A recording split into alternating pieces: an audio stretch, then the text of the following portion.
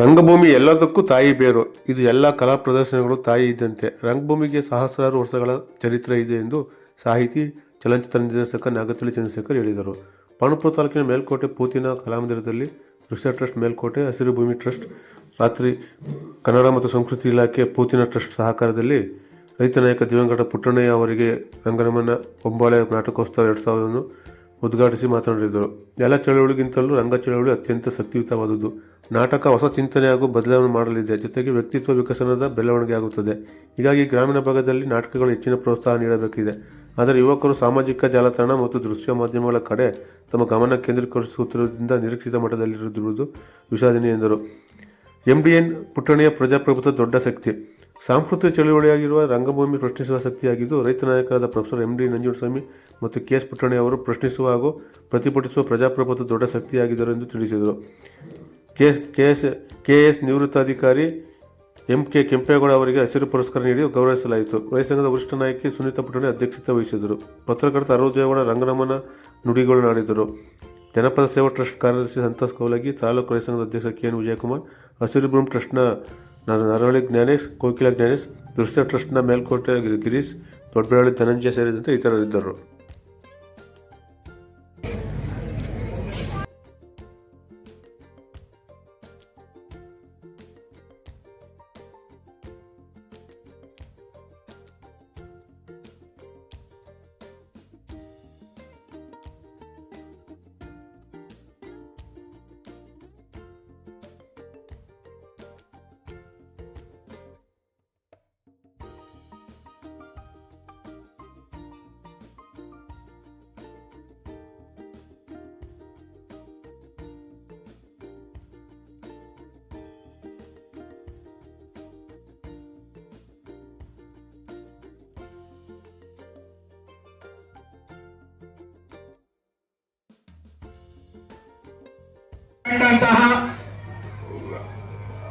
ಒಂದು ಮಹಾನ್ ನಾಯಕರು ಆಗಿರುವಂತಹವರು, ಕ್ರೀಡಾ ಪ್ರೇಮಿ. ನಾನು ಪುಟ್ಟಣ್ಣಯ್ಯನವರನ್ನ ಕಂಡದ್ದು ಮೊದಲ ಬಾರಿಗೆ ಕಬಡ್ಡಿ ಆಟಗಾರರಾಗಿ, ಕುಸ್ತಿ ಪಟುವಾಗಿ, ದೇಹದಾಟಿಯ ಪಟುವಾಗಿ ಹಾಗೂ ಬ್ಯಾಡ್ಮಿಂಟನ್ ಪಟುವಾಗಿ ಅದ್ಭುತವಾದಂತಹ ಆಟಗಾರರು ನಮ್ಮ ಪುಟ್ಟಣ್ಣಯ್ಯನವರು ಆಗಿದ್ರು. ಹಾಗೆಯೇ ಅತ್ಯುತ್ತಮ ಹೋರಾಟಗಾರರು ಕೂಡ ಆಗಿದ್ರು. ಯಶಸ್ವಿ ಹೋರಾಟಗಳನ್ನ, ಯಶಸ್ವಿ ಚಳುವಳಿಗಳನ್ನ ನೆರವೇರಿಸಿಕೊಂಡಂತಹ ಅಥವಾ ಅದನ್ನ ಮುಂಚೂಣಿಯಲ್ಲಿದ್ದಂತಹ ನಾಯಕರು ನಮ್ಮ ಪುಟ್ಟಣ್ಣಯ್ಯನವರು. ಹಾಗೆಯೇ ಎಲ್ಲ ನಮ್ಮ ರೈತಾಪಿ ವರ್ಗದವರಿಗೆ, ಕೃಷಿ ಕಾರ್ಮಿಕರಿಗೆ, ಮಹಿಳೆಯರಿಗೆ, ವಿದ್ಯಾರ್ಥಿಗಳಿಗೆ, ರೈತರಿಗೆ ಒಂದು ಧ್ವನಿಯಾಗಿದ್ದಂತಹ ವ್ಯಕ್ತಿ ನಮ್ಮ KS ಪುಟ್ಟಣ್ಣಯ್ಯನವರು. KS ಪುಟ್ಟಣ್ಣಯ್ಯನವರ ನೆನಪು ತಕ್ಷಣಕ್ಕೆ ಬರಲಿರುವ ಅವರ ಜನ್ಮದಿನ 76 ತುಂಬಿ 77ಕ್ಕೆ ಪುಟ್ಟಣ್ಣಯ್ಯನವರು ಬದುಕಿದ್ರೆ ಪ್ರವೇಶ ಮಾಡ್ತಾ ಇದ್ದಾರೆ. ಪ್ರಾಸ್ತಾವಿಕ ನುಡಿಯಲ್ಲಿ ನಮ್ಮ ವಿಜಯ್ ಕುಮಾರ್ ಅವರು ಹೇಳಿದ್ರು, ನಮ್ಮನ್ನು ಅಗಲಿದವರಿಗೆ ಸಾಮಾನ್ಯವಾಗಿ ಗೀತ ನಮನ, ಭಾವ ನಮನ, ನುಡಿ ನಮನ ಎಲ್ಲ ಇರುತ್ತೆ. ಇದು ರಂಗ ನಮನ. ನನ್ನ ದೃಷ್ಟಿಯಲ್ಲಿ ರಂಗ ನಮನ ವಿಶಿಷ್ಟವಾದದ್ದು ಮತ್ತು ಮಹತ್ವದ್ದು ಕೂಡ ಅಂತ ನಾನು ಭಾವಿಸುತ್ತೇನೆ. ಹೀಗಾಗಿ ಪುಟ್ಟಣ್ಣಯ್ಯವರನ್ನ, ಅವರನ್ನು ಪ್ರತಿನಿಧಿಸುವ ನಾಟಕಗಳ ಮೂಲಕ, ಅದರಲ್ಲೂ ಮೊದಲನೇ ನಾಟಕ ನನ್ನ ಪ್ರೀತಿಯ ಗೆಳೆಯ ಪರಮೇಶ್ವರ್ ತಂಡದವರು ಅಭಿನಯಿಸುತ್ತಿರ್ತಕ್ಕಂಥ ನನ್ನ ತೇಜಸ್ವಿ ಅತ್ಯಂತ ಸಾರ್ಥಕವಾದ ಮತ್ತು ಸರಿಯಾದ ಆಯ್ಕೆ ಅಂತ ನಾನು ಭಾವಿಸುತ್ತೇನೆ. ನನ್ನ ಜೊತೆಗೆ ವೇದಿಕೆ ಮೇಲೆ ನಮ್ಮ ರಾಜ್ಯ ರೈತ ಸಂಘದ ಶ್ರೀಮತಿ ಸುನೀತಾ ಪುಟ್ಟಣ್ಣನವರಿದ್ದಾರೆ. ಎಲ್ಲರ ಬಳಿಗೆ ನಮಗೆ ಮೊಬೈಲ್ ಬಂದಿದೆ, ಮನೆಗಳಲ್ಲಿ ಟೆಲಿವಿಷನ್ ಇದೆ, ದೃಶ್ಯ ಮಾಧ್ಯಮದ ರುಚಿಯನ್ನ ನಾವೆಲ್ಲ ಅನುಭವಿಸ್ತಾ ಇದ್ದೀವಿ, ಆಸ್ವಾದಿಸ್ತಿದ್ದೀವಿ. ಅದರ ವಿರೋಧಿ ನಾನಲ್ಲ, ನಾನು ಕೂಡ ದೃಶ್ಯ ಮಾಧ್ಯಮದಲ್ಲಿ ಕೆಲಸ ಮಾಡುವವನೇ. ಆದರೆ ಗೆಳೆಯರೇ, ರಂಗಭೂಮಿ ಎಲ್ಲದರ ತಾಯಿ. ಎಲ್ಲದರ ತಾಯಿ, ಎಲ್ಲ ಪ್ರದರ್ಶನ ಕಲೆಗಳ ತಾಯಿ, ಸಹಸ್ರಾರು ವರ್ಷಗಳ ಚರಿತ್ರೆ ಇರತಕ್ಕಂಥ ಕಲೆ. ಕಾವ್ಯೇಶು ನಾಟಕಂ ರಮ್ಯಂ ಅಂತ ಬಹಳ ದೊಡ್ಡ ಮಾತಿದೆ. ಎಲ್ಲ ಕಾವ್ಯಗಳಲ್ಲಿ, ಎಲ್ಲ ಕಲೆಗಳಲ್ಲಿ ನಾಟಕವೇ ಅತ್ಯಂತ ರಮ್ಯವಾದದ್ದು ಅನ್ನೋ ಮಾತು. ನಮ್ಮ ಭಾರತ ಕಾಳಿದಾಸನಂತ ಮಹಾ ನಾಟಕಕಾರನನ್ನು ಕಂಡಿದೆ. ಏನು ಪಾಶ್ಚಾತ್ಯರಲ್ಲಿ ರಂಗಭೂಮಿ ಬೆಳೀತು, ಗ್ರೀಕರಲ್ಲಿ, ಅದಕ್ಕೆ ಸಮಾನಾಂತರವಾಗಿ ಭಾರತೀಯರು ಒಂದು ಭೂಮಿ ಬೆಳೆದಿದೆ. ಕರ್ನಾಟಕದಲ್ಲಂತೂ ವೃತ್ತಿ ರಂಗಭೂಮಿ ಅತ್ಯಂತ ಉಚ್ಛ್ರಾಯ ಸ್ಥಿತಿಯನ್ನು ತಲುಪಿ ಗುಬ್ಬಿ ವೀರಣ್ಣ ಮತ್ತು ಅನೇಕ ಮಹನೀಯರು ರಂಗ ತಂಡಗಳನ್ನು ಕಟ್ಟಿ ವೃತ್ತಿ ಮಾಡಿಕೊಂಡು ಊರುಗಳಿಗೆ ಹೋಗಿ ಕ್ಯಾಂಪ್ ಮಾಡಿ ನಾಟಕಗಳನ್ನು ಆಡಿ ಜನರನ್ನ ರಂಜಿಸಿ ಕೊನೆಗೆ ವೀರಣ್ಣನವರು ಕರ್ನಾಟಕವನ್ನು ದಾಟಿ ಆಂಧ್ರಕ್ಕೆ ಹೋಗಿ ಆಂಧ್ರದಲ್ಲಿ ನಾಟಕಗಳನ್ನು ಮಾಡಿ ಕರ್ನಾಟಕಾಂಧ್ರ ಸಾರ್ವಭೌಮ ಅನ್ನುವಂಥ ಹೆಸರನ್ನು ಪಡ್ಕೊಂಡಿದ್ರು. ಆ ವೃತ್ತಿ ರಂಗಭೂಮಿಯಿಂದ ಬಂದಂತ ನೂರಾರು ಕಲಾವಿದರು ಮಹಾನ್ ಪ್ರತಿಭಾವಂತರು. ಅದರಲ್ಲಿ ಡಾಕ್ಟರ್ ರಾಜ್ಕುಮಾರ್ ಅವರು ಒಬ್ಬರು ಅಂತ ನಿಮ್ಗೆ ಗೊತ್ತಿದೆ. ಇದನ್ನ ಯಾಕೆ ಈ ಸಂದರ್ಭದಲ್ಲಿ ಹೇಳ್ತೀನಿ ಅಂದರೆ, ನಾಟಕ ಒಂದು ಸಮುದಾಯದ ಅಭಿವ್ಯಕ್ತಿಯಾಗಿ ಎಲ್ಲ ಕುಳಿತು ನೋಡುವ, ಒಟ್ಟಿಗೆ ಆಸ್ವಾದಿಸುವ, ಆ ಮೂಲಕ ನಾವೆಲ್ಲ ಒಂದು ಅನ್ನೋ ಭಾವನೆಯನ್ನು ತಂದುಕೊಡ್ತಕ್ಕಂಥ ಒಂದು ಅಪರೂಪದ ಕಲೆ. ಇಂಥ ಒಂದು ಸೌಭಾಗ್ಯ ನಿಮಗೆ ತಾಣಗಳಲ್ಲಿ ನೀವು ಒಬ್ಬರೇ ನೋಡುವಾಗ ಇದಕ್ಕೆ ಬೇಕಾದಂತ ಆನಂದ ಸಿಕ್ಕಲಿಕ್ಕಿಲ್ಲ. ಈ ದೃಷ್ಟಿಯಲ್ಲಿ ರಂಗ ಚಳುವಳಿಗಳಿಗೆ ಇನ್ನು ಹೆಚ್ಚಿನ ಪ್ರೋತ್ಸಾಹ ಸಿಗಬೇಕು. ನಾನು ಇವತ್ತು ಬರುವ ಸ್ಥಿತಿಯಲ್ಲೇ ಇಲ್ಲ, ಆದರೆ ಅನೇಕ ಕಾರಣಕ್ಕಾಗಿ, ಮೊದಲನೇದಾಗಿ ಪುಟ್ಟಣ್ಣನವ್ರ ಬಗ್ಗೆ ಇರತಕ್ಕಂಥ ಭಕ್ತಿ, ದರ್ಶನ್ ಅವ್ರ ಬಗ್ಗೆ ಇದ್ದಂಥ ಸ್ನೇಹ, ಮತ್ತು ರೈತ ಹೋರಾಟದಲ್ಲಿ ನಾನು MTN ಅವರ ಕಾಲದಿಂದ ಒಬ್ಬ ಕಾರ್ಯಕರ್ತನಾಗಿ ತೊಡಗಿಸಿಕೊಂಡು ಕೆಲಸ ಮಾಡಿದಂತಹ ಕೃತಜ್ಞತೆ, ಶ್ರೀ ರಾಮಾನುಜಾಚಾರ್ಯ ಅವರ ಬಗ್ಗೆ ಇರತಕ್ಕಂತಹ ಭಕ್ತಿ, ಮೇಲುಕೋಟೆಯಂತಹ ಒಂದು ಪುಣ್ಯ ಭೂಮಿಯ ಸಂಸರ್ಗ, ಮತ್ತು ಇಲ್ಲಿರತಕ್ಕಂಥ ಎಲ್ಲ ನನ್ನ ಸಂಘಟಕರು, ಜ್ಞಾನೇಶ್ ಮತ್ತು ಗೆಳೆಯರು, ಇವು ಎಲ್ಲರ ಸ್ನೇಹಕ್ಕಾಗಿ ಇದನ್ನ ನಾಟಕಗಳನ್ನ ನಾವು ಯಾಕೆ ಜನಪ್ರಿಯಗೊಳಿಸಬೇಕು ಅಂದ್ರೆ, ಇದು ನಮ್ಮನ್ನ ಬಂಧಿಸುವ ಸಾಧನ. ನೋಡಿ, ನಮ್ಮ ಹಳ್ಳಿನಲ್ಲಿ, ನಾರ್ತಿಹಳ್ಳಿನಲ್ಲಿ ಹೆಣ್ಣು ಮಕ್ಕಳಿಗೆ ಒಂದು ನಾಟಕ ಮಾಡಿಸಿದ್ವಿ. ಆ ನಾಟಕದ ಹೆಸರು ಕರಿಭಂಟ ಅಂತ.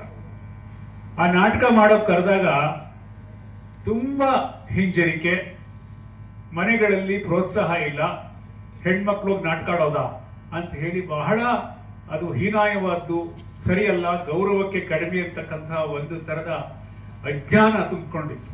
ನಾವು ಮನೆಗಳಿಗೆ ಹೋಗಿ ಒಪ್ಪಿಸಿ ಒಂದು 20-25 ಜನ ಹೆಣ್ಣು ಮಕ್ಕಳಿಗೆ 1-1.5 ತಿಂಗಳು ತರಬೇತಿ ಕೊಡಿಸಿ ಬೆಂಗಳೂರಿನಿಂದ ಕರೆಸಿ ಅವರೇ ನೃತ್ಯ, ಅವರೇ ಹಾಡು, ಅವರೇ ಪ್ರದರ್ಶನ ಮಾಡಿ 1 ತಿಂಗಳ ಸತತ ಶಿಬಿರ ತರಬೇತಿಯ ನಂತರ ಕರಿಭಂಟ ಅನ್ನುವಂತಹ ಸಿದ್ಧಗಂಗಯ್ಯ ಕಂಬಾಳು ಅವರು ಬರೆದಿರ್ತಕ್ಕಂತಹ ಒಂದು ಜನಪದೀಯ ನೃತ್ಯ ನಾಟಕ ಎಷ್ಟು ಚೆನ್ನಾಗಿತ್ತು ಅಂದ್ರೆ, ರಂಗಮಂದಿರದ ವೈಬ್ರೇಷನ್ ಅವತ್ತು ಬದಲಾಯಿತು, ಅದರ ಮಿಡಿತ ಬದಲಾಯಿತು.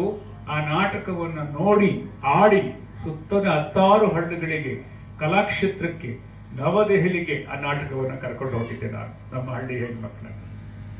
ಅದರಲ್ಲಿ ಅನಕ್ಷರಸ್ಥ ಹೆಣ್ಣು ಮಕ್ಕಳಿದ್ರು, ಆರ್ಯನಕ್ಷರಸ್ಥ ಹೆಣ್ಣು ಮಕ್ಕಳಿದ್ರು, ದಲಿತ ಹೆಣ್ಣು ಮಕ್ಕಳಿದ್ರು, ಓದಲು ಬರೆಯಲು ಬಾರದಂತಹ ಮಕ್ಕಳಿದ್ರು. ಆದ್ರೆ ಎಷ್ಟು ಚೆನ್ನಾಗಿ ಅಭಿನಯಿಸಿದ್ರು ಅಂದ್ರೆ, ಆ ನಾಟಕಕ್ಕೆ ಚಪ್ಪಾಳೆ ಚಪ್ಪಾಳೆ ಚಪ್ಪಾಳೆ ಬರುವಾಗ ನನ್ನ ಮನಸ್ಸು ವಿಷಾದದಿಂದ ಮಂಕ್ ಹಿಡಿದಿತ್ತು. ಯಾಕೆಂದ್ರೆ ಈ ನಮ್ಮ ಸೋದರಿಯರಿಗೆ ಇಷ್ಟು ವರ್ಷ ಈ ಪ್ರತಿಭೆ ಇದೆ ಅಂತ ನಮ್ಗೆ ಗೊತ್ತಿಲ್ವಲ್ಲ, ನಮ್ಮ ಪುರುಷ ಪ್ರಧಾನ ಸಮಾಜಕ್ಕೆ ಇಷ್ಟು ವರ್ಷ ಅದನ್ನ ಬಚ್ಚಿಟ್ಟಿದ್ವಲ್ಲ ನಾವು, ಅಷ್ಟು ಚೆನ್ನಾಗಿ ಅಭಿನಯಿಸಿದ್ರು. ಇದನ್ನ ನಾನು ಯಾವುದೇ ಮುಖಸ್ತುತಿಗಾಗಿ ಹೇಳ್ತಿಲ್ಲ. ನಮ್ಮ ಗ್ರಾಮೀಣ ಜನರಲ್ಲಿ ಅನೇಕ ಶಕ್ತಿ ಇರುತ್ತೆ, ಸಾಧ್ಯತೆಗಳಿರುತ್ತೆ. ಅದನ್ನ ಶೋಧಿಸಿಕೊಳ್ಳಿಕ್ಕೆ ಇಂಥ ರಂಗ ಚಳುವಳಿ, ರಂಗ ಪ್ರದರ್ಶನ, ನಾಟಕೋತ್ಸವಗಳು ತುಂಬಾ ಮುಖ್ಯ. ಇಲ್ಲಿ ಸಾಧಾರಣವಾಗಿ ಕಾಣಿಸ್ತಕ್ಕಂತಹ ಮಕ್ಕಳು, ಮಹಿಳೆಯರು, ಜನ ಅವರ ಒಳಗೆ ಇರತಕ್ಕಂಥ ಅನೇಕ ಬಗೆಯ ಪ್ರತಿಭೆಗಳನ್ನ ಹೊರಹಾಕ್ಲಿಕ್ಕಿರ್ತಕ್ಕಂತಹ ಒಂದು ಅತ್ಯಂತ ಸರಳ ಅತ್ಯಂತ ಸಹಜ ಸ್ಮಾರಕ.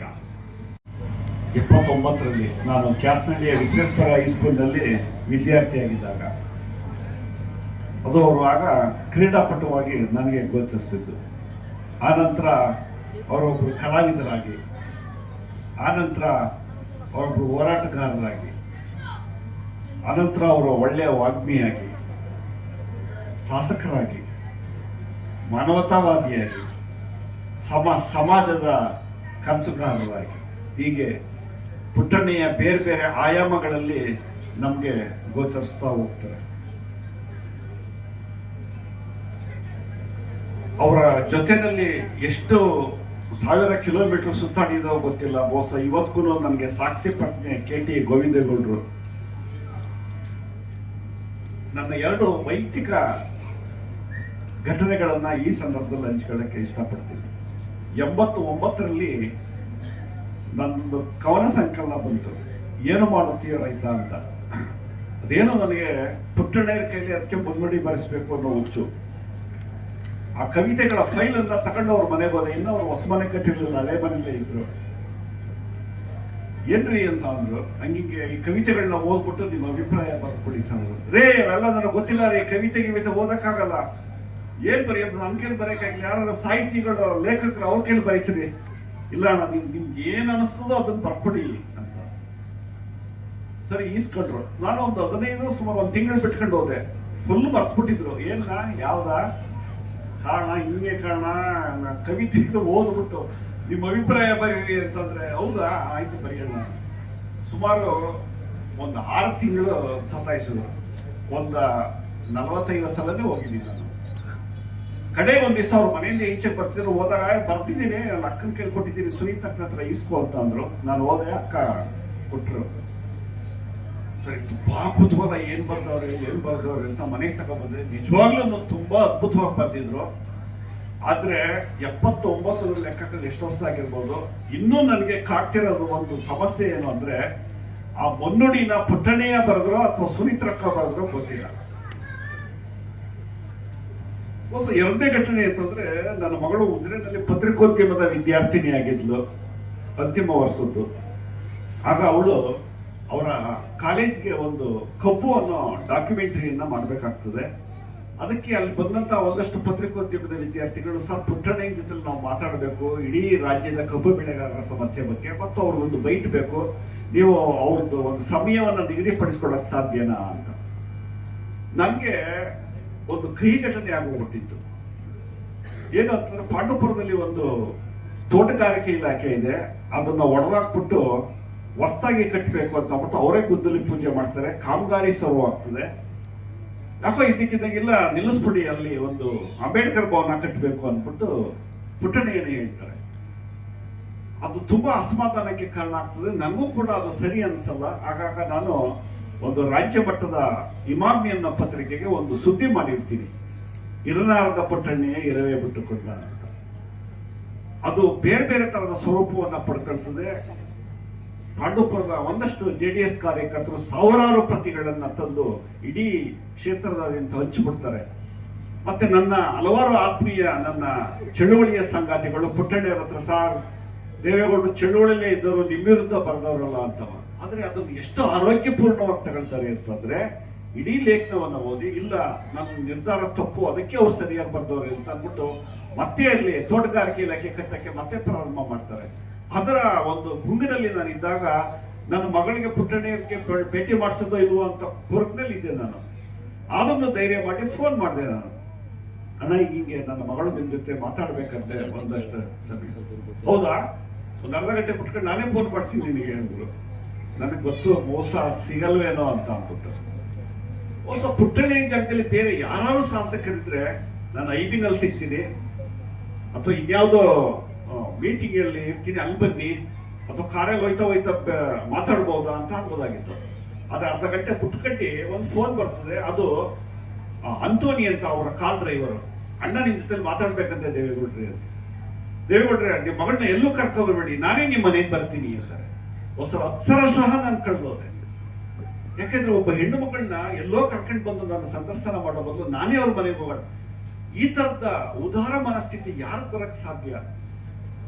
ಸುಮಾರು 3 ಗಂಟೆಗಳ ಕಾಲ ನಮ್ಮ ಮನೇಲಿ ಬೆಳಿಗ್ಗೆ 7 ಗಂಟೆಗೆ ಬಂದು 9:30ವರೆಗೂ ನಮ್ಮ ಮನೆಯಲ್ಲೇ ಇದ್ದು ಅಷ್ಟು ಪತ್ರಿಕೋದ್ಯಮದ ವಿದ್ಯಾರ್ಥಿಗಳು ಕೇಳಿದಂತೆ ಎಲ್ಲಾ ಪ್ರಶ್ನೆಗಳಿಗೆ ಉತ್ತರವನ್ನ ಕೊಟ್ಟು ಕಡಿತ. ಅವಾಗ ಏನಾಗ್ತದೆ ಅಂತಂದ್ರೆ ಕ್ಯಾಪ್ತಳಿಗೆ ಪುಟ್ಟಣಿ ನೋಡಕ್ ಬರ್ತಿದ್ದಂತ ಕ್ಷೇತ್ರದ ಜನ ಅರುಣಲ್ ಅವ್ರ ಏರ್ಕೊಂಡು ನಮ್ಮ ಮನೆ ಹತ್ರ ಬರಕ್ ಶುರು ಮಾಡ್ತಾರೆ. ನಾವು ಕೃತಕ ಬುದ್ಧಿಮತ್ತೆಯ ಗುಲಾಮರಾಗ್ತೀವಿ. ನಮಗೆ ಕೃತಕ ಬುದ್ಧಿಮತ್ತೆ ಸೃಷ್ಟಿ ಮಾಡ್ತಕ್ಕಂತಹ ಡ್ಯಾನ್ಸ್ಗಳು, ಜೋಕ್ಗಳು, ಕಾರ್ಟೂನ್ಗಳು ನೋಡಿ ನಾವು ಸಂತೋಷ ಪಟ್ಟು ನೆಮ್ಮದಿಯಾಗಿರೋದು ಕಲಿತು. ಇದರಿಂದ ನಮಗೆ ಬಿಡುಗಡೆ ಆಗ್ಬೇಕು ಅಂತಂದ್ರೆ ಬಿಡುಗಡೆ ಸಾಧ್ಯ ಇರೋದು ನಾಟಕ, ನೃತ್ಯ ಮತ್ತು ಬೇರೆ ಬೇರೆ ಕಲೆಗಳು. ಅದು ಸಾಧ್ಯ ಆದರೆ ಮಾತ್ರ ಈ ಸಮಾಜ ಉಳಿಯುತ್ತೆ. ನಾವು ಮತ್ತೆ ಪ್ರಶ್ನೆ ಮಾಡುವಂತ ಶಕ್ತಿ ಪಡಿತೀವಿ. ಇದಕ್ಕೆ ಕೆಲವು ಇವತ್ತು ಆಗ್ತಿರೋ ದೇಶದಲ್ಲಿ ಆಗ್ತಿರೋ ಬದಲಾವಣೆಗಳು, ನಮ್ಮ ಸರ್ಕಾರಗಳು ನಡ್ಕೊಳ್ತಿರೋ ರೀತಿ, ನಮ್ಮ ಸಮಾಜ ಹೋಗ್ತಿರೋ ದಿಕ್ಕು, ಪರಿಸರದಲ್ಲಿ ಆಗ್ತಿರೋ ಅನಾಹುತಗಳನ್ನೆಲ್ಲ ನೋಡಿದ್ರೆ ನಿಜಕ್ಕೂ ಭಯ ಸ್ಥಿತಿಗೆ ನಾವು ತಲುಪಿದ್ದೀವಿ. ಇದರಿಂದೆಲ್ಲ ಬಿಡುಗಡೆ ಆಗ್ಬೇಕು ಅಂತಂದ್ರೆ ಮತ್ತೆ ನಾವು ರಂಗಭೂಮಿಗಳ ಕಡೆಗೆ ನೋಡ್ಬೇಕಾಗಿದೆ. ನಾವೆಲ್ಲರೂ ಒಟ್ಟಾಗಿ ಕೆಲಸ ಮಾಡಿದ್ರೆ ಮಾತ್ರ ನಮ್ಗೆ ಮತ್ತೆ ಒಂದಿಷ್ಟು ಆಸೆ ಹುಟ್ಟುತ್ತೆ, ನಮ್ಮ ಮಕ್ಕಳಿಗೆ ಭವಿಷ್ಯ ಇದೆ ಅಂತ ಹೇಳಿ ಈ ನಾಟಕೋತ್ಸವ ಯಶಸ್ವಿಯಾಗಲಿ. ಇತ್ತೀಚಿನ ದಿನಗಳಲ್ಲಿ ಹೆಸರು ಮಾಡಿರ್ತಕ್ಕಂಥ 3 ನಾಟಕಗಳು ಮೇಲ್ಕೋಟೆಯಲ್ಲಿ ಪ್ರದರ್ಶನ ಆಗ್ತಾ ಇದೆ. ಈ ನಾಟಕದ ಉದ್ಘಾಟನೆಯನ್ನ ನಾಗತಿಹಳ್ಳಿ ಚಂದ್ರಶೇಖರ್ ಅವರು ಮಾಡಿ ಈ ಕಾರ್ಯಕ್ರಮಕ್ಕೆ ಒಂದು ಘನತೆಯನ್ನ, ಮೌಲ್ಯವನ್ನ ತಂದುಕೊಟ್ಟಿದ್ದಾರೆ. ಈ ವೇದಿಕೆಯಲ್ಲಿ ಇರ್ತಕ್ಕಂಥ ಎಲ್ಲ ಗಣ್ಯರು ಕೂಡ ಇದನ್ನು ಭಾಗವಹಿಸಿ ಇದಕ್ಕೆ ಈ ಕಾರ್ಯಕ್ರಮಕ್ಕೆ ಒಂದು ಗಂಭೀರತೆಯನ್ನ, ಒಂದು ಮೌಲ್ಯವನ್ನು ತಂದುಕೊಟ್ಟಿದ್ದಾರೆ. ಹಾಗಾಗಿ ನಾಟಕೋತ್ಸವ ಚೆನ್ನಾಗಾಗಲಿ ಅಂತ ಹೇಳಿ ಮತ್ತೆ ನಾನು ಗಿರೀಶ್ ಮತ್ತೆ ಜ್ಞಾನೇಶ್ ಅವರಿಗೆ ಇದನ್ನು ಕೈಗೊಂಡದಕ್ಕೆ ಕೃತಜ್ಞತೆ ಮತ್ತು ಅಭಿನಂದನೆಗಳು ಹೇಳಿ ನನ್ನ ಮಾತು ಮುಗಿಸ್ತೇನೆ. ನಮಸ್ಕಾರ. ಅಂದರೆ ನಮ್ಮಿಂದ ಅವರು ನಮ್ಮ ಜೊತೆಗಿದ್ದದ್ದು 40 ವರ್ಷ ಜೀವನ ಮಾಡಿದ್ದು. ಆದರೆ ಅದ್ರಲ್ಲಿ 30 ವರ್ಷ ನಮ್ಮಿಂದ ದೂರನೇ ಇದ್ರು ಅಂತ ಲೆಕ್ಕ. ಇನ್ನೂ 2 ವರ್ಷ ಎಕ್ಸ್ಟ್ರಾನೇ ಇರ್ಬೋದೇನೋ. ಆ ರೀತಿ ಇದ್ರೆ ಅಂದರೆ ಈಗ ಏನು ಅನಿಸ್ತಿದೆ ಅಂದರೆ ಎಲ್ಲರೂ 11 ದಿನ 1 ವರ್ಷ ಆದಮೇಲೆ ತಂದೆ ತಾಯಿಗಳನ್ನ ಮರೆಯೋದಿರ್ಬೋದೇನೋ. ಆದರೆ ಈಗ ನೀವೆಲ್ಲರೂ ಮಾಡ್ತಿರೋದು ಏನಂದರೆ ನಮಗೆ ಪ್ರತಿದಿನ ಅವ್ರನ್ನ ನೆನಪು ಮಾಡಿಸ್ಕೊಳ್ಳೋಂಥ ಒಂದು ಕಾರ್ಯಕ್ರಮಗಳನ್ನ ಮಾಡ್ತೀರಿ. ನಮ್ಮಿಂದ ದೂರ ಆಗಿದ್ದಾರೆ ಅನ್ನೋವಂಥ ಒಂದು ಮನಸ್ಸನ್ನ, ಒಂದು ಭಾವನೆ ಕೂಡ ನಮಗೆ ಬರಲ್ಲ. ಆ ರೀತಿಯಾಗಿ ನೀವೆಲ್ಲರೂ ಅಭಿಮಾನದಿಂದ ನಿಮ್ಮ ಮನಸ್ಸಿನಲ್ಲಿ ಪುಟ್ಟಣ್ಣಯ್ಯನವ್ರನ್ನ ಇಟ್ಕೊಂಡು, ಜೊತೆಗೆ ಅವ್ರ ಕುಟುಂಬಗಳಲ್ಲಿ ಏನೇ ಕಷ್ಟ ಸುಖ ಬಂದರೂ ಹೋರಾಟವನ್ನು ಕೊಟ್ಟು, ಈಗ ದರ್ಶನ್ಗೂ ಕೂಡ ನೀವೆಲ್ಲರೂ ಎಗ್ಲಾಗಿ ನಿಂತು ಅವನಿಗೆ ಕೆಲಸ ಮಾಡೋದಕ್ಕೆ ಎಲ್ಲರೂ ಸಹಕಾರವನ್ನು ಕೊಡ್ತೀರಿ. ಅದರಿಂದ ತಮ್ಮೆಲ್ಲರಿಗೂ ಮೊದಲಿಗೆ ಧನ್ಯವಾದಗಳನ್ನ ಹೇಳ್ತೇನೆ. ಈ ಕಾರ್ಯಕ್ರಮ ಇನ್ನೊಂದು ಈ ಉದ್ದಾಪುರ ಗುಂಪಿಗೆ ಸೇರ್ತಾರೆ ಅಂದರೆ ಹೆಂಡತಿ ಮಕ್ಕಳ ಜೊತೆ ಯಾರೂ ಇರಲ್ಲ ಜಾಸ್ತಿ ದಿನ ಅಂತ ನನ್ನ ಲೆಕ್ಕ. ಏಕೆಂದರೆ ಎಲ್ಲರೂ ಕೂಡ ಈಗ ಈ ರೀತಿಯಾದ ಒಂದು ಕಾರ್ಯಕ್ರಮವನ್ನು ಮಾಡಬೇಕಾದ್ರೆ ಬಹಳ ಕಷ್ಟ. ಈಗೆಲ್ಲ ಈ ಜಾನಪದ ಸಂಸ್ಕೃತಿ ಇದು ಎಲ್ಲ ಕೂಡ ದೂರ ಆಗಿದೆ. ಎಲ್ಲರೂ ಟಿ ವಿ ನೋಡ್ತೀವಿ, ಸೀರಿಯಲ್ಗಳು ನೋಡ್ತೀವಿ, ಮತ್ತು ಮೊಬೈಲ್ ನೋಡೋದ್ರಿಂದ ಈ ರೀತಿ ಕಾರ್ಯಕ್ರಮಗಳು ಬಹಳ ಕಡಿಮೆ ಆಗೋದಿದೆ. ಅದರಿಂದ ಈಗ ಸರ್ ಹೇಳಿದ್ರು, ಈಗ ಈ ರೀತಿ ಜಾನಪದ ಒಂದು ಸಂಸ್ಕೃತಿಗಳು ಉಳಿಬೇಕಾದ್ರೆ ನೋಡಿ, ಈಗೆಲ್ಲರೂ ಇಷ್ಟು ಜನ ಒಗ್ಗಟ್ಟಾಗಿದ್ದೀವಿ. ಅದೇ ಮನೆಯಲ್ಲಿ ನಾವೆಲ್ಲರೂ ಇದ್ದರೆ ಟಿ ವಿ ನೋಡೋದು ಇದು ಮಾಡೋದು ಅಷ್ಟು ಬಿಟ್ಟರೆ ಇನ್ನೇನಿಲ್ಲ, ನಮ್ಮ ಕುಟುಂಬ ಮಾತ್ರ ಇರ್ತದೆ. ಈ ರೀತಿಯಾದ ಒಂದು ಬಾಂಧವ್ಯವನ್ನು ಈ ದಿನ ಗಿರೀಶ್ ಮತ್ತು ಜ್ಞಾನೇಶ್ ಅವರು ಈ ಕಾರ್ಯಕ್ರಮದ ಮೂಲಕ ನಿಮ್ಮೆಲ್ಲರೂ ಒಗ್ಗಟ್ಟು ಮಾಡಿದ್ದಾರೆ. ಜೊತೆಗೆ ನಮ್ಗೇನು ಅನಿಸ್ತಿತ್ತು ಅಂದರೆ, ನಾವು ಉದ್ಘಾಟನೆ ಮಾಡಬೇಕಾದ್ರೆ ನಾಟಕದ ಒಂದು ಸೀನ್ ನೀವು ಕೇಳಿಸಿದ್ರಿ. ಅವಾಗ ಓಪನ್ ಹಾರ್ಟ್ ಸರ್ಜರಿ ಆಗಿದ್ರು ಕೂಡ ಮೊದಲೆಲ್ಲ ಮಾಡ್ತಿದ್ರು ಬಿಡಿ, ದೊರೆಯೋದನ್ನು ಪಾಸ್ ಮಾಡ್ತಿದ್ರು, 2 ಗಂಟೆ ರಾತ್ರಿಗೆ ಬರೋದು, ನಾವು ಬಾವಿ ತೆಗಿಯಲ್ಲ ಅಂದರೆ ಗಲಾಟೆ ಮಾಡೋದು, ಇದೆಲ್ಲ ಇದ್ದಿದ್ದೇನೆ. ಆದರೆ ಓಪನ್ ಹಾರ್ಟ್ ಸರ್ಜರಿ ಆದಮೇಲೆ ನಾಟಕ ಮಾಡಬೇಡಿ ಅನ್ನೋದು ಒಂದು ಡ್ರೈವರ್ಗಳು ಮತ್ತು ಪಿ ಎಗಳಿಗೆ ಕಂಡೀಷನ್ ಹಾಕಿದೆ. ಆದರೂ ಕೂಡ ಮನೆಯಲ್ಲಿ ಹೋಗಿ ಸುಳ್ಳು ಹೇಳ್ಬಿಡಿ ನೀವು, ನಾನೇನು ಅಲ್ಲಿ ನಾಟಕ ಅಭಿನಯ ನಾನು ಮಾಡಲಿಲ್ಲ ಅಂತ ಹೇಳಿದರು. ಯಾವ ರೀತಿನ ನನಗೆ ಒಟ್ಟಿನಲ್ಲಿ ಈ ರೀತಿಯಾಗಿ ಯಾರೋ ಹೇಳಿದರು, ಅಲ್ಲಿ ಡ್ರಾಮಾದಲ್ಲಿ ಪಾರ್ಟ್ ಮಾಡ್ತಾ ಇದ್ದಾರೆ ಗೌಡ್ರು ಅಂತ. ಅದು ಬಂದಮೇಲೆ ಅವತ್ತೆಲ್ಲ ನೀವು ಅದನ್ನು ಹಾಕಿದಾಗ ನಂಗೆ ನಿಜವಾಗ ಅವತ್ತು ನಾವು ಜಗಳ ಮಾಡಿರೋದೆಲ್ಲ ನೆನಪಾಯಿತು. ನಿಜವಾಗ್ಲೂ ಅವ್ರಿಗೆ ಎಲ್ಲ ಕಲೆಗಳಲ್ಲಿ ಇರ್ಬೋದು ಅಥವಾ ಕ್ರೀಡೆಗಳಲ್ಲಿ, ಈಗ ನೀವೇ ನೋಡಿದಂಗೆ 3 ದಿನಗಳ ಕಾಲ ರಾಜ್ಯ ಮಟ್ಟದ ದುದ್ದ ಹೋಬಳಿಯಲ್ಲಿ ಕಾರ್ಯಕ್ರಮನ ಮಾಡಿದ್ರು, ಕಬಡ್ಡಿ ಟೂರ್ನಮೆಂಟ್ ಮಾಡಿದ್ರು, ಕ್ರೀಡೆ ಇದು ರೀತಿಯಾದ ಒಂದು ಕಾರ್ಯಕ್ರಮಗಳಂದರೆ ಎಲ್ಲಿದ್ರೂ ಕೂಡ ಬಂದವರು ಆ ಕಾರ್ಯಕ್ರಮವನ್ನು ಯಶಸ್ವಿ ಮಾಡ್ತಿದ್ರು. ಆ ಭಾವನೆಗಳನ್ನ ನೀವೆಲ್ಲರೂ ಇಟ್ಕೊಂಡು ನಮ್ಮ ಕುಟುಂಬದ ಬಗ್ಗೆ ಇಷ್ಟೊಂದು ಅಭಿಮಾನ ಇಟ್ಟು ಗೌರವಪೂರ್ವಕವಾಗಿ ನೀವೆಲ್ಲರೂ ನಡ್ಕೊತಿರೋದಕ್ಕೆ ನಿಮ್ಮೆಲ್ಲರಿಗೂ ಕರ್ನಾಟಕ ರಾಜ್ಯ ರೈತ ಸಂಘದ ಪರವಾಗಿ ಹಾಗೂ ನಮ್ಮ ಕುಟುಂಬದ ಪರವಾಗಿ ನಿಮ್ಮೆಲ್ಲರಿಗೂ ಅಭಿನಂದಿಸ್ತೇನೆ. ಜೊತೆಗೆ ದರ್ಶನ್ ಈ ಕಾರ್ಯಕ್ರಮದಲ್ಲಿ ಇರಬೇಕಾಗಿತ್ತು. ಇಲ್ಲಿಗಿಂತ ಮುಖ್ಯವಾಗಿ ಅಲ್ಲಿ ನಮ್ಮ ಸೊಸೆಗೆ ಆರೋಗ್ಯ ಸಮಸ್ಯೆ ಇದ್ದುದರಿಂದ ಅವನು ನೆನ್ನೆ ಹೊರಡಪ್ಪ, ನೀನು ನಾವೆಲ್ಲರೂ ಇಲ್ಲಿ ನಿನಗಿಂತ ಹೆಚ್ಚಾಗಿ ರೈತ ಸಂಘಟನೆಯವರು ಅವರೇ ನಿಮ್ಗಿಂತ ಜವಾಬ್ದಾರಿಯಿಂದ ಎಲ್ಲ ಕೆಲಸಗಳು ಮಾಡ್ತಾರೆ ಅಂತ ಹೇಳಿ ಅವನು ಅಲ್ಲಿಗೆ ಹೋಗಿದ್ದಾನೆ. ಈಗ 23ಕ್ಕೂ ಕೂಡ ಕಾರ್ಯಕ್ರಮ ಇದೆ. ಇಲ್ವಲ್ದಲ್ಲಿದೆ. ಜೊತೆಗೆ ಕ್ಯಾತಳ್ಳಿಲಿ ಕೂಡ ಅಲ್ಲಿ ಸಮಾಧಿ ಹತ್ರ ನಾವು ಪೂಜೆಯನ್ನು ಮಾಡಿ ಅಲ್ಲಿಂದ ಈ ಉದ್ಯೋಗ ಮೇಳ ಇದೆ ಪಾಂಡವಪುರದಲ್ಲಿ. ಎಲ್ಲರೂ ಕೂಡ ಅದ್ರ ಬಗ್ಗೆ ಎಲ್ಲರೂ ಅನೌನ್ಸ್ಮೆಂಟ್ ಮಾಡಿದ್ದಾರೆ. ಯಾವುದೇ ಮಕ್ಕಳುಗಳಿಗೆ ಜಾಬ್ ಇಲ್ಲದೆ SLC ಇಂದ ITI ಡಿಪ್ಲೊಮೊ ಡಿಗ್ರಿ ಯಾವುದೇ ರೀತಿಯಾದ ಮಕ್ಕಳಾದ್ರೂ ಪರವಾಗಿಲ್ಲ 4,500 ರಿಂದ 5,000 ಮಕ್ಕಳಿಗೆ ಕೆಲಸವನ್ನು ಕೊಡುವಂಥ ಒಂದು ಕಾರ್ಯಕ್ರಮವನ್ನು ಮಾಡ್ತಾ ಇದ್ದಾರೆ ಜನ್ಮದಿನೋತ್ಸವಕ್ಕೆ. ತಾವೆಲ್ಲರೂ ಬಂದು ಅಲ್ಲಿ ಭಾಗವಹಿಸಿ ಕಾರ್ಯಕ್ರಮವನ್ನು ಯಶಸ್ವಿ ಮಾಡಿ ಈ ನಾಟಕ ಕಾರ್ಯಕ್ರಮ ಚೆನ್ನಾಗಿ ನಡೀಲಿ ಅಂತೇಳಿ ಶುಭವನ್ನು ಹೇಳಿ ನಾನು ಮಾತನಾಡುತ್ತೇನೆ.